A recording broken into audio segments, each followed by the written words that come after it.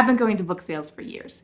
This year I had a little bit too much fun and had my biggest haul ever. But not only that, I found the most amazing gem that has actually revolutionized my understanding of North American history.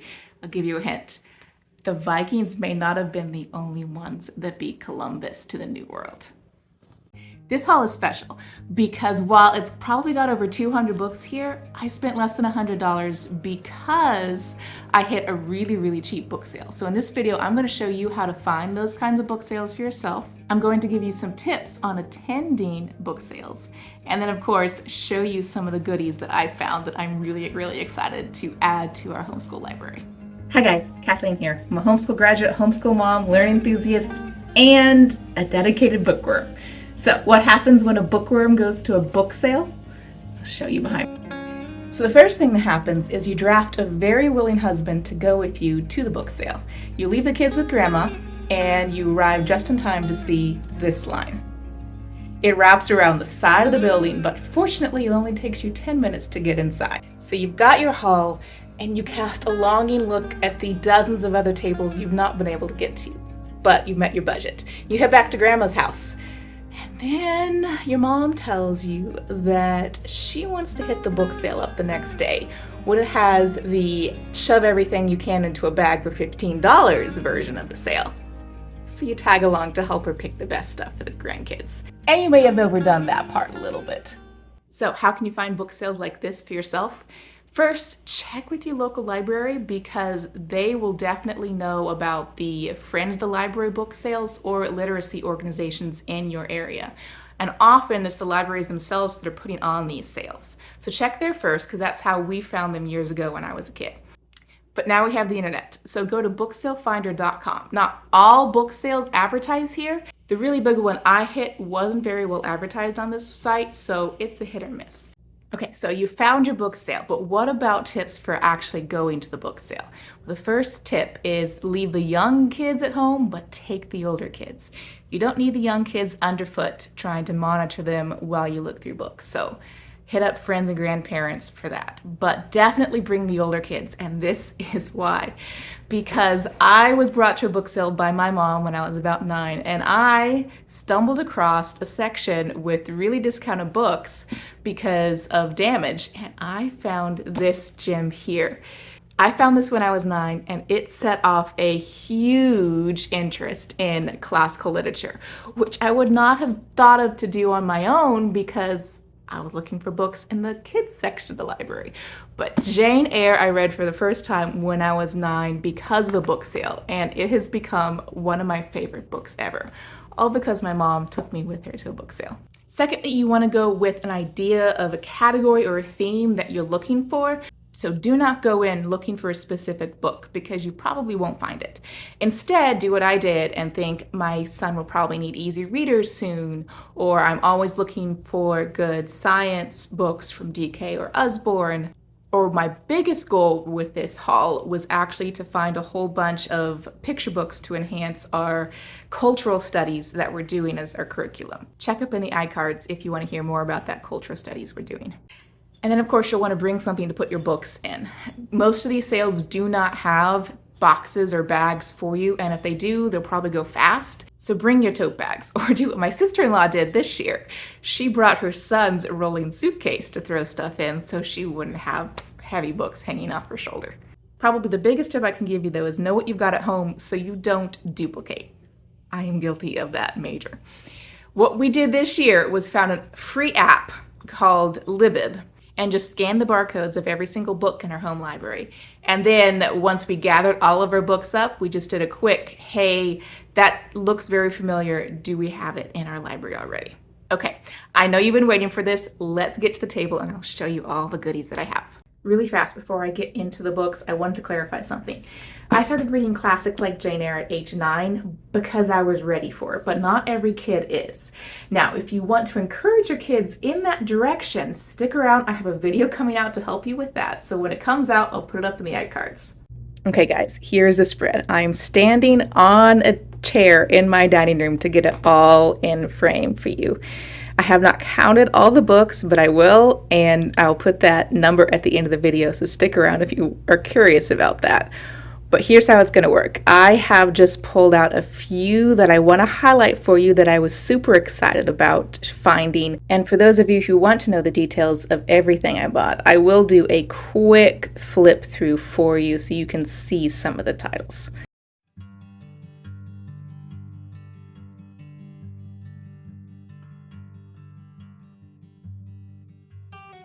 One of the tips I gave you guys was to have a category or idea of what you wanted when you went to look at the book sale. So one of my top categories was easy readers for my son, and this is what I found. My son is already in love with Amelia Bedelia, so when I saw a whole bunch of Amelia Bedelia books, I was sure to snatch up those. I also wanted readers that were nonfiction, since my son really loves nonfiction material. So that's something else I looked out for, and I found some really fun nonfiction easy readers in various levels.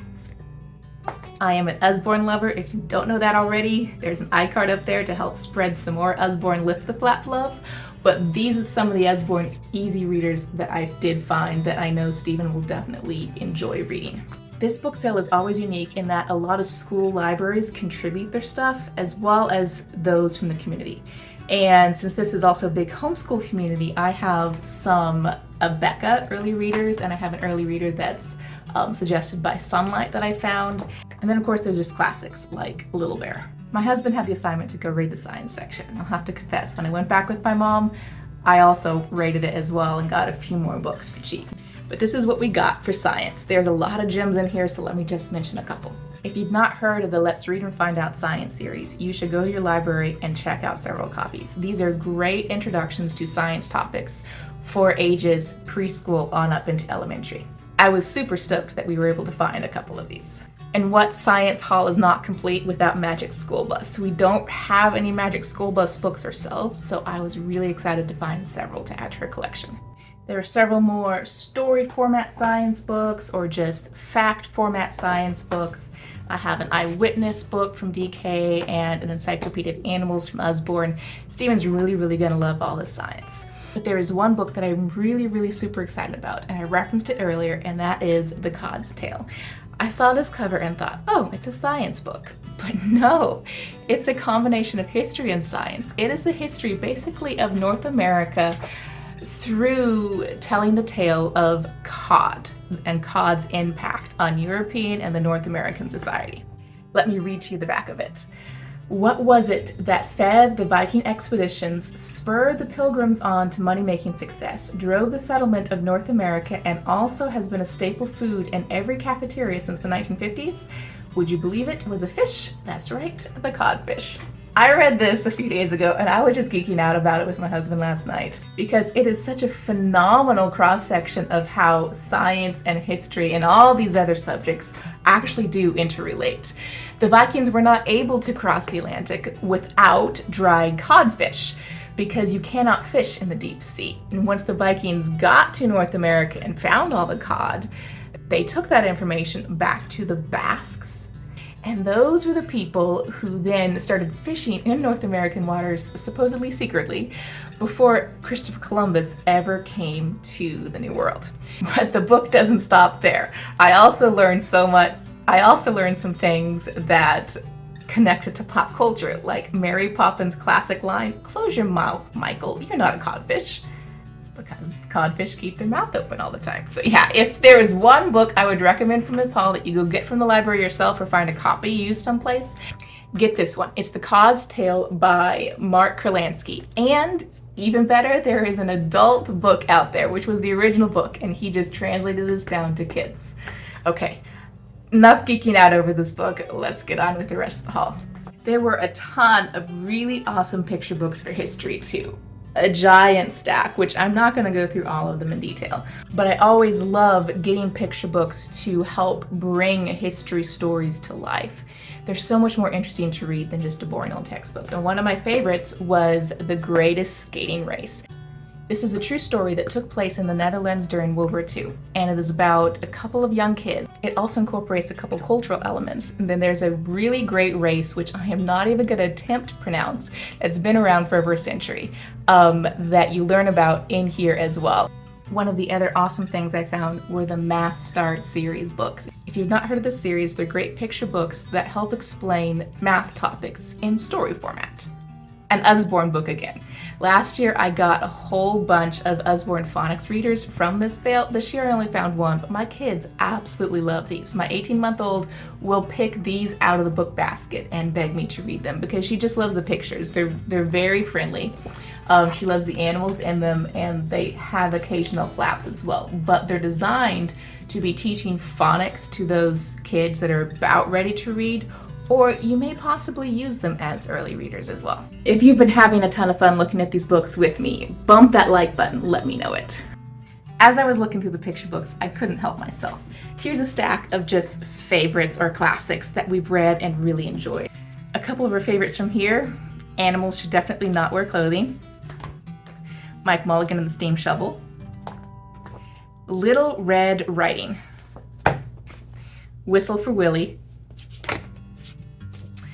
and Creepy Carrots. These books in particular we borrowed from the library and are the ones that my son has asked me to read to him over and over and over again. So I grabbed them for a home library. One of the main things I was looking for at this book sale were books that would help our cultural studies. So that's this stack here. These are books from various countries around the world that help a kid learn through story what that culture is like. Eventually in our cultural studies, we'll come back to North America. So I was super excited to find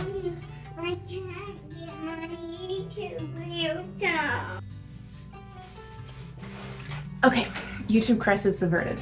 So I was very excited to find several books that told Native American stories, and most of them are by Paul Gobo, but there's a couple others mixed in there as well. Now for the rest of my cultural studies finds, one of them was The Village of Round and Square Houses. It's apparently a true story about a village that lives in round and square houses in a remote part of Africa.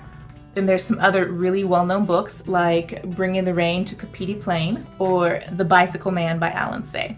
Now we just finished going through Asia, so I couldn't help myself. We loved these stories, so I had to pick them up when I saw them. My son is not reading chapter books yet, but I am, and I was also thinking ahead for the future of what I wanted to use in homeschool eventually. So when I saw some great books that I could throw into a bag for $15 in total, I started doing it. You may ask me, how in the world did I know what to throw into this bag? I used a couple different guidelines. One, there's an author that I know and love. Avi, if you've not read any of his books, get them. He writes for a wide variety of ages, and I've always really loved his books. This one happens to be an award winner as well, and that was the other thing I was looking for, books that won awards. So there's this one, The Door in the Wall, and there's a lot of books in here like that have won Newbery medals. There's one other thing I was looking for when I went through the books, and that was anything by Scholastic or Usborne. Usborne is always great for nonfiction, but Scholastic frequently takes some of the best books you can find out there and puts their label on it for cheaper access for schools. So if you see a Scholastic, chances are it's going to be a pretty good read. So I told you one of my tips was to know what you had at home. Well, I did go back to the book sale on day 2, and I ended up getting 2 copies of books, Skylark and The Sign of the Beaver. The Sign of the Beaver I've been looking at The Sign of the Beaver I have seen for a while now, and I wanted to get a copy because I absolutely love The Witch of Blackbird Pond, which was also written by Elizabeth Spears. But Skylark is just a fun sequel to one of my favorite books in the world, Sarah Plain Tall. So yeah, I duplicated accidentally, but hey, it was just a bonus in the $15 giant bag of books. My favorites from the chapter book section include a couple that I actually read recently as part of our cultural studies. I did not read these 2 to my son. Seesaw Girl I saw when we went through to Korea, and I knew Linda Sue Park was an amazing author, so I picked it up, and it is really good. So check it out from the library if you're wanting something great for your middle schooler. This was a book I read when we went through Mongolia. It's a true story about a real girl alive right now, and there was a documentary done on her that won the Sundance Festival, and so an author came alongside her to help her write her memoirs. So this was a really good book and a good insight into how a girl in another area of the world lives. One book that I did do as a read aloud with Stephen in Japan was Hachiko Waits. This is definitely a fun gotta read book with any kid. Scholastic has a really great series that's not in publication anymore, so I was excited to see it. You may be able to get copies from your library, but I know they are on thrift books, but that is in their own words. And these are books that try as much as possible to take actual speeches, actual written documents, and put together kind of a biography using the person's own words. So I have Sitting Bull and I have Lewis and Clark. I'm coming back around to Linda Sue Park because she is such a phenomenal author. Except instead of Korea, this book is based in Sudan, and it is based on a true story. I have not read it yet, but I am really, really excited. There's a book here that I read years ago, and I was really super excited that I could get a copy, and that is The Westing Game. This again is a bestseller. It has won numerous awards, but it is just a fun mystery. I actually listened to this on audiobook version with my husband. We were newlyweds, and we both had a blast with it. As promised, I'm going to turn the camera around and actually show you the books for each category spread out. So if you feel like it, go ahead, skip through the chapters to find the sections that you want details on.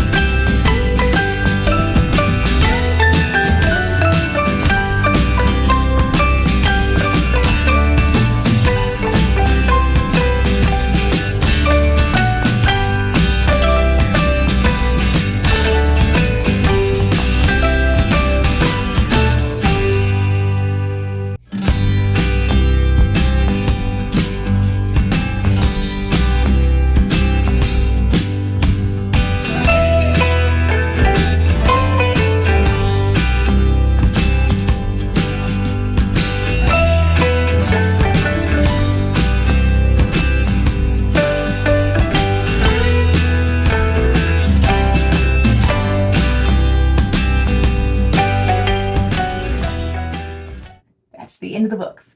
I do have a final count for you. There are 90 chapter books here. There are 19 easy readers and 115 picture books for a total of 224 books. Now that was all for the cost of $85 plus some contribution from my mom. Definitely the cheapest and most epic haul ever. Now I just have to figure out how to organize it all. Now for the rest of my cultural studies found,